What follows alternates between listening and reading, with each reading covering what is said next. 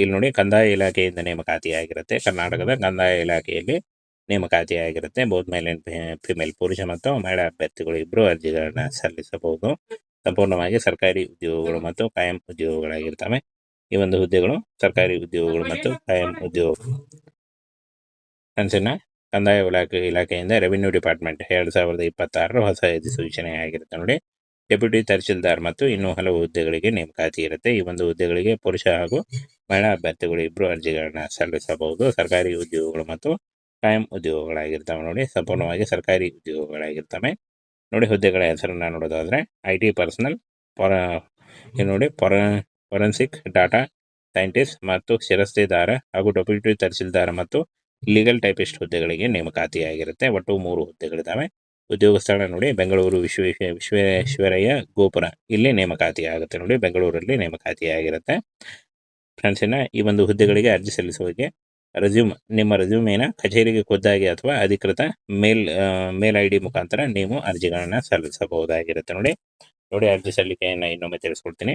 ನಿಮ್ಮ CV ಅಥವಾ ರೆಸ್ಯೂಮೇನ ಕಚೇರಿಗೆ ಖುದ್ದಾಗಿ ನೀವು ಕೊಡಬಹುದು ಅಥವಾ ನೀವು ಇಮೇಲ್ ಮುಖಾಂತರ ಮೇಲ್ ಕೂಡ ಮಾಡಬಹುದಾಗಿರುತ್ತೆ ನೋಡಿ. ಈ ಒಂದು ಹುದ್ದೆಗಳಿಗೆ ನೋಡಿ. ಇನ್ನು ಹುದ್ದೆಗಳ ವಿವರವನ್ನು ನೋಡೋದಾದ್ರೆ IT ಪರ್ಸನಲ್, ಶಿರಸ್ತೆದಾರ, ಡೆಪ್ಯೂಟಿ ತಹಶೀಲ್ದಾರ ಹಾಗೂ ಲೀಗಲ್ ಟೈಪಿಸ್ಟ್ ನೋಡಿ, ಈ ಒಂದು ಹುದ್ದೆಗಳಾಗಿರ್ತವೆ. ಈ ಒಂದು ಹುದ್ದೆಗಳಿಗೆ ಆಯ್ಕೆ ಮಾಡಿಕೊಂಡು ನೀವು ಅರ್ಜಿಗಳನ್ನ ಸಲ್ಲಿಸಬಹುದು. ವಿದ್ಯಾರ್ಹತೆಯನ್ನು ನೋಡೋದಾದ್ರೆ 10th PUC ಮತ್ತು ಡಿಗ್ರಿ ಮಾಡಿದಂತಹ ಬೋತ್ ಮೇಲ್ ಅಂಡ್ ಫಿಮೇಲ್, ಪುರುಷ ಮತ್ತು ಮಹಿಳಾ ಅಭ್ಯರ್ಥಿಗಳು ಅರ್ಜಿಗಳನ್ನ ಸಲ್ಲಿಸಬಹುದಾಗಿರುತ್ತೆ. ಕಾಯಂ ಉದ್ಯೋಗಗಳು ಹಾಗೂ ಸರ್ಕಾರಿ ಉದ್ಯೋಗಗಳಾಗಿರ್ತವೆ ನೋಡಿ. ಕರ್ನಾಟಕ ರಾಜ್ಯ ಸರ್ಕಾರಿ ಉದ್ಯೋಗಗಳಾಗಿರ್ತವೆ. ಇನ್ನು ವಯೋಮಿತಿಯನ್ನು ನೋಡೋದಾದ್ರೆ 65 ವರ್ಷದ ಒಳಗಿನವರು ಕೂಡ ಅರ್ಜಿಗಳನ್ನ ಸಲ್ಲಿಸಬಹುದು. OBC ಅಭ್ಯರ್ಥಿಗಳಿಗೆ 3 ವರ್ಷ, SC/ST ಅಭ್ಯರ್ಥಿಗಳಿಗೆ 5 ವರ್ಷ ಹಾಗೂ PWD ಅಭ್ಯರ್ಥಿಗಳಿಗೆ 10 ವರ್ಷಗಳ ವಯೋಮಿತಿ ಸಡಿಲಿಕೆ ಕೂಡ ಇರುತ್ತೆ ನೋಡಿ. ಆದಷ್ಟು ನಿಮ್ಮ ವಯಸ್ಸಿನ ಲೆಕ್ಕಾಚಾರ ಮಾಡಿಕೊಂಡು ನೀವು ಅರ್ಜಿಗಳನ್ನ ಸಲ್ಲಿಸಬಹುದು. ಇನ್ನು ವೇತನ ಶ್ರೇಣಿಯನ್ನು ನೋಡೋದಾದ್ರೆ ಫೊರೆನ್ಸಿಕ್ ಡಾಟಾ ಸೈಂಟಿಸ್ಟ್ ಈ ಒಂದು ಹುದ್ದೆಗಳಿಗೆ 50,000 ಇದ್ದರೆ, ಶಿರಸ್ತೆದಾರ, ಡೆಪ್ಯೂಟಿ ತಹಶೀಲ್ದಾರ 55,000 ಇರುತ್ತೆ ನೋಡಿ. ಇನ್ನು ಲೀಗಲ್ ಟೈಪಿಸ್ಟ್ ನೋಡಿ 22,000ದಿಂದ 24,000ವರೆಗೂ ಪರ್ ಮಂತ್ ಸ್ಯಾಲರಿ ಆಗಿರುತ್ತೆ. ಹಾಗೆ ಇನ್ನು ಅರ್ಜಿ ಶುಲ್ಕವನ್ನು ನೋಡೋದಾದ್ರೆ ಈ ಒಂದು ಹುದ್ದೆಗಳಿಗೆ ಯಾವುದೇ ರೀತಿಯಾದಂಥ ಅರ್ಜಿ ಶುಲ್ಕ ಇರಲ್ಲ. ಫ್ರೀಯಾಗಿ ನೀವು ಅರ್ಜಿಗಳನ್ನ ಸಲ್ಲಿಸಬಹುದಾಗಿರುತ್ತೆ. ನಿಮ್ಮ CV ಅಥವಾ ರೆಸ್ಯೂಮೇನ ಈ ಒಂದು ಪೋಸ್ಟ್ ಮುಖಾಂತರ ಕಳಿಸ್ಕೊಡ್ಬೋದು ಅಥವಾ ನೀವು ಮೇಲ್ ID ಕೂಡ ಈ ಒಂದು ಮೇಲ್ IDಗೆ ನಿಮ್ಮ ಮೇಲ್ ಕೂಡ ಮಾಡಬಹುದಾಗಿರುತ್ತೆ ನೋಡಿ. ರೆಸ್ಯೂಮೆ ಬೆಂಗಳೂರು ಪೋಡಿಯಂ ಬ್ಲಾಕ್ 3ನೇ ಮಹಡಿ ವಿಶ್ವೇಶ್ವರಯ್ಯ ಗೋಪುರದಲ್ಲಿ ವಿಶೇಷಾಧಿಕಾರಿ ಮತ್ತು ಸಕ್ಷಮ ಪ್ರಾಧಿಕಾರ ಕಾರ್ಯಾಲಯಕ್ಕೆ ಖುದ್ದಾಗಿ ಸಲ್ಲಿಸಬಹುದಾಗಿರುತ್ತೆ. ಅಥವಾ ನೀವು ಈ ಒಂದು ಮೇಲ್ IDಗೆ ನೋಡಿ, ನಿಮ್ಮ ಸ್ಕ್ರೀನ್ ಮೇಲೆ ಕಾಣಿಸ್ತಾ ಇದೆ, ಈ ಒಂದು ಮೇಲ್ IDಗೆ ನೀವು ನಿಮ್ಮ ರೆಸ್ಯೂಮೇನ ಅಥವಾ CVನ ಕೂಡ ಕಳಿಸ್ಕೊಡ್ಬಹುದಾಗಿರುತ್ತೆ. ಇನ್ನು ಆಯ್ಕೆ ಪ್ರಕ್ರಿಯೆಯನ್ನು ನೋಡೋದಾದ್ರೆ ಶೈಕ್ಷಣಿಕ ಅರ್ಹತೆ ಮತ್ತು ಕೆಲಸದ ಅನುಭವದ ಆಧಾರದ ಮೇಲೆ ಅಭ್ಯರ್ಥಿಗಳನ್ನು ಶಾರ್ಟ್ ಲಿಸ್ಟ್ ಮಾಡಲಾಗುತ್ತೆ. ಹಾಗೆ ಶಾರ್ಟ್ ಲಿಸ್ಟ್ ಆದ ಅಭ್ಯರ್ಥಿಗಳನ್ನು ವೈಯಕ್ತಿಕ ಸಂದರ್ಶನಕ್ಕೆ ಕರೆಯಲಾಗುತ್ತೆ ಅಂತ ಕೊಟ್ಟಿದ್ದಾರೆ ನೋಡಿ.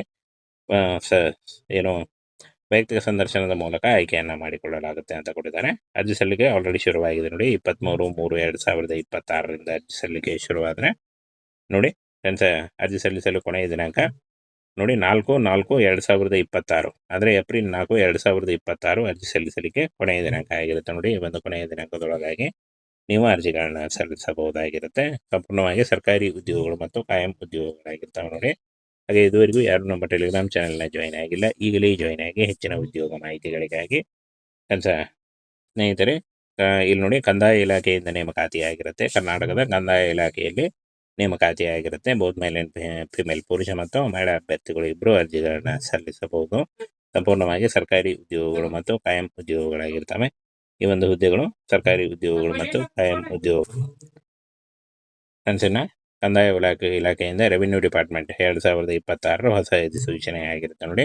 ಡೆಪ್ಯೂಟಿ ತಹಶೀಲ್ದಾರ್ ಮತ್ತು ಇನ್ನೂ ಹಲವು ಹುದ್ದೆಗಳಿಗೆ ನೇಮಕಾತಿ ಇರುತ್ತೆ. ಈ ಒಂದು ಹುದ್ದೆಗಳಿಗೆ ಪುರುಷ ಹಾಗೂ ಮಹಿಳಾ ಅಭ್ಯರ್ಥಿಗಳು ಇಬ್ಬರು ಅರ್ಜಿಗಳನ್ನ ಸಲ್ಲಿಸಬಹುದು. ಸರ್ಕಾರಿ ಉದ್ಯೋಗಗಳು ಮತ್ತು ಕಾಯಂ ಉದ್ಯೋಗಗಳಾಗಿರ್ತವೆ ನೋಡಿ. ಸಂಪೂರ್ಣವಾಗಿ ಸರ್ಕಾರಿ ಉದ್ಯೋಗಗಳಾಗಿರ್ತವೆ ನೋಡಿ. ಹುದ್ದೆಗಳ ಹೆಸರನ್ನ ನೋಡೋದಾದ್ರೆ IT ಪರ್ಸನಲ್, ನೋಡಿ ಫೊರೆನ್ಸಿಕ್ ಡಾಟಾ ಸೈಂಟಿಸ್ಟ್ ಮತ್ತು ಶಿರಸ್ತೆದಾರ ಹಾಗೂ ಡೆಪ್ಯೂಟಿ ತಹಶೀಲ್ದಾರ್ ಮತ್ತು ಲೀಗಲ್ ಟೈಪಿಸ್ಟ್ ಹುದ್ದೆಗಳಿಗೆ ನೇಮಕಾತಿಯಾಗಿರುತ್ತೆ. ಒಟ್ಟು 3 ಹುದ್ದೆಗಳಿದ್ದಾವೆ. ಉದ್ಯೋಗ ಸ್ಥಳ ನೋಡಿ ಬೆಂಗಳೂರು ವಿಶ್ವೇಶ್ವರಯ್ಯ ಗೋಪುರ, ಇಲ್ಲಿ ನೇಮಕಾತಿ ಆಗುತ್ತೆ ನೋಡಿ. ಬೆಂಗಳೂರಲ್ಲಿ ನೇಮಕಾತಿಯಾಗಿರುತ್ತೆ.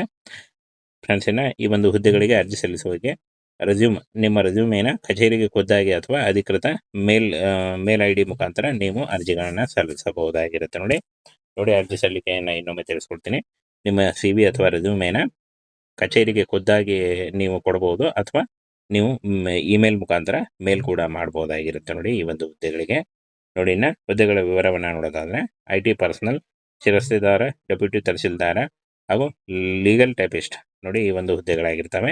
ಈ ಒಂದು ಹುದ್ದೆಗಳಿಗೆ ಆಯ್ಕೆ ಮಾಡಿಕೊಂಡು ನೀವು ಅರ್ಜಿಗಳನ್ನು ಸಲ್ಲಿಸಬಹುದು. ವಿದ್ಯಾರ್ಹತೆಯನ್ನು ನೋಡೋದಾದರೆ 10th PUC ಮತ್ತು ಡಿಗ್ರಿ ಮಾಡಿದಂಥ ಬೋತ್ ಮೇಲ್ ಆ್ಯಂಡ್ ಫಿಮೇಲ್ ಪುರುಷ ಮತ್ತು ಮಹಿಳಾ ಅಭ್ಯರ್ಥಿಗಳು ಅರ್ಜಿಗಳನ್ನು ಸಲ್ಲಿಸಬಹುದಾಗಿರುತ್ತೆ. ಕಾಯಂ ಉದ್ಯೋಗಗಳು ಹಾಗೂ ಸರ್ಕಾರಿ ಉದ್ಯೋಗಗಳಾಗಿರ್ತವೆ ನೋಡಿ, ಕರ್ನಾಟಕ ರಾಜ್ಯ ಸರ್ಕಾರಿ ಉದ್ಯೋಗಗಳಾಗಿರ್ತವೆ. ಇನ್ನು ವಯೋಮಿತಿಯನ್ನು ನೋಡೋದಾದರೆ 65 ವರ್ಷದ ಒಳಗಿನವರು ಕೂಡ ಅರ್ಜಿಗಳನ್ನ ಸಲ್ಲಿಸಬಹುದು. OBC ಅಭ್ಯರ್ಥಿಗಳಿಗೆ 3 ವರ್ಷ, SC/ST ಅಭ್ಯರ್ಥಿಗಳಿಗೆ 5 ವರ್ಷ ಹಾಗೂ PWD ಅಭ್ಯರ್ಥಿಗಳಿಗೆ 10 ವರ್ಷಗಳ ವಯೋಮಿತಿ ಸಡಿಲಿಕೆ ಕೂಡ ಇರುತ್ತೆ ನೋಡಿ. ಆದಷ್ಟು ನಿಮ್ಮ ವಯಸ್ಸಿನ ಲೆಕ್ಕಾಚಾರ ಮಾಡಿಕೊಂಡು ನೀವು ಅರ್ಜಿಗಳನ್ನ ಸಲ್ಲಿಸಬಹುದು. ಇನ್ನು ವೇತನ ಶ್ರೇಣಿಯನ್ನು ನೋಡೋದಾದರೆ ಫಾರೆನ್ಸಿಕ್ ಡಾಟಾ ಸೈಂಟಿಸ್ಟ್ ಈ ಒಂದು ಹುದ್ದೆಗಳಿಗೆ 50,000 ಇದ್ದರೆ, ಶಿರಸ್ತೆದಾರ, ಡೆಪ್ಯೂಟಿ ತಹಸೀಲ್ದಾರ 55,000 ಇರುತ್ತೆ ನೋಡಿ. ಇನ್ನು ಲೀಗಲ್ ಟೈಪಿಸ್ಟ್ ನೋಡಿ 22,000ದಿಂದ 24,000ವರೆಗೂ ಪರ್ ಮಂತ್ ಸ್ಯಾಲ್ರಿ ಆಗಿರುತ್ತೆ. ಹಾಗೆ ಇನ್ನು ಅರ್ಜಿ ಶುಲ್ಕವನ್ನು ನೋಡೋದಾದರೆ ಈ ಒಂದು ಹುದ್ದೆಗಳಿಗೆ ಯಾವುದೇ ರೀತಿಯಾದಂಥ ಅರ್ಜಿ ಶುಲ್ಕ ಇರಲ್ಲ, ಫ್ರೀಯಾಗಿ ನೀವು ಅರ್ಜಿಗಳನ್ನು ಸಲ್ಲಿಸಬಹುದಾಗಿರುತ್ತೆ. ನಿಮ್ಮ CV ಅಥವಾ ರೆಸ್ಯೂಮೇನ ಈ ಒಂದು ಏನು ಪೋಸ್ಟ್ ಮುಖಾಂತರ ಕಳಿಸ್ಕೊಡ್ಬೋದು, ಅಥವಾ ನೀವು ಮೇಲ್ ID ಕೂಡ ಈ ಒಂದು ಮೇಲ್ IDಗೆ ನಿಮ್ಮ ಮೇಲ್ ಕೂಡ ಮಾಡ್ಬೋದಾಗಿರುತ್ತೆ ನೋಡಿ. ರೆಸ್ಯೂಮೆ ಬೆಂಗಳೂರು ODM ಬ್ಲಾಕ್ 3ನೇ ಮಹಡಿ ವಿಶ್ವೇಶ್ವರಯ್ಯ ಗೋಪುರದಲ್ಲಿ ವಿಶೇಷಾಧಿಕಾರಿ ಮತ್ತು ಸಕ್ಷಮ ಪ್ರಾಧಿಕಾರ ಕಾರ್ಯಾಲಯಕ್ಕೆ ಖುದ್ದಾಗಿ ಸಲ್ಲಿಸಬಹುದಾಗಿರುತ್ತೆ. ಅಥವಾ ನೀವು ಈ ಒಂದು ಮೇಲ್ IDಗೆ ನೋಡಿ, ನಿಮ್ಮ ಸ್ಕ್ರೀನ್ ಮೇಲೆ ಕಾಣಿಸ್ತಾ ಇದೆ, ಈ ಒಂದು ಮೇಲ್ IDಗೆ ನೀವು ನಿಮ್ಮ ರೆಸ್ಯೂಮೇನ ಅಥವಾ CVನ ಕೂಡ ಕಳಿಸ್ಕೊಡ್ಬಹುದಾಗಿರುತ್ತೆ. ಇನ್ನು ಆಯ್ಕೆ ಪ್ರಕ್ರಿಯೆಯನ್ನು ನೋಡೋದಾದರೆ ಶೈಕ್ಷಣಿಕ ಅರ್ಹತೆ ಮತ್ತು ಕೆಲಸದ ಅನುಭವದ ಆಧಾರದ ಮೇಲೆ ಅಭ್ಯರ್ಥಿಗಳನ್ನು ಶಾರ್ಟ್ ಲಿಸ್ಟ್ ಮಾಡಲಾಗುತ್ತೆ. ಹಾಗೆ ಶಾರ್ಟ್ ಲಿಸ್ಟ್ ಆದ ಅಭ್ಯರ್ಥಿಗಳನ್ನು ವೈಯಕ್ತಿಕ ಸಂದರ್ಶನಕ್ಕೆ ಕರೆಯಲಾಗುತ್ತೆ ಅಂತ ಕೊಟ್ಟಿದ್ದಾರೆ ನೋಡಿ. ಏನು ವೈಯಕ್ತಿಕ ಸಂದರ್ಶನದ ಮೂಲಕ ಆಯ್ಕೆಯನ್ನು ಮಾಡಿಕೊಳ್ಳಲಾಗುತ್ತೆ ಅಂತ ಕೊಟ್ಟಿದ್ದಾರೆ. ಅರ್ಜಿ ಸಲ್ಲಿಕೆ ಆಲ್ರೆಡಿ ಶುರುವಾಗಿದೆ ನೋಡಿ. 23/3/2026ರಿಂದ ಅರ್ಜಿ ಸಲ್ಲಿಕೆ ಶುರುವಾದರೆ ನೋಡಿ ಫ್ರೆಂಡ್ಸ್, ಅರ್ಜಿ ಸಲ್ಲಿಸಲು ಕೊನೆಯ ದಿನಾಂಕ ನೋಡಿ 4/4/2026, ಅಂದರೆ ಏಪ್ರಿಲ್ 4, 2026 ಅರ್ಜಿ ಸಲ್ಲಿಸಲಿಕ್ಕೆ ಕೊನೆಯ ದಿನಾಂಕ ಆಗಿರುತ್ತೆ ನೋಡಿ. ಈ ಒಂದು ಕೊನೆಯ ದಿನಾಂಕದೊಳಗಾಗಿ ನೀವು ಅರ್ಜಿಗಳನ್ನ ಸಲ್ಲಿಸಬಹುದಾಗಿರುತ್ತೆ. ಸಂಪೂರ್ಣವಾಗಿ ಸರ್ಕಾರಿ ಉದ್ಯೋಗಗಳು ಮತ್ತು ಕಾಯಂ ಉದ್ಯೋಗಗಳಾಗಿರ್ತವೆ ನೋಡಿ. ಹಾಗೆ ಇದುವರೆಗೂ ಯಾರು ನಮ್ಮ ಟೆಲಿಗ್ರಾಮ್ ಚಾನೆಲ್ನ ಜಾಯ್ನ್ ಆಗಿಲ್ಲ, ಈಗಲೇ ಜಾಯ್ನ್ ಆಗಿ ಹೆಚ್ಚಿನ ಉದ್ಯೋಗ ಮಾಹಿತಿಗಳಿಗಾಗಿ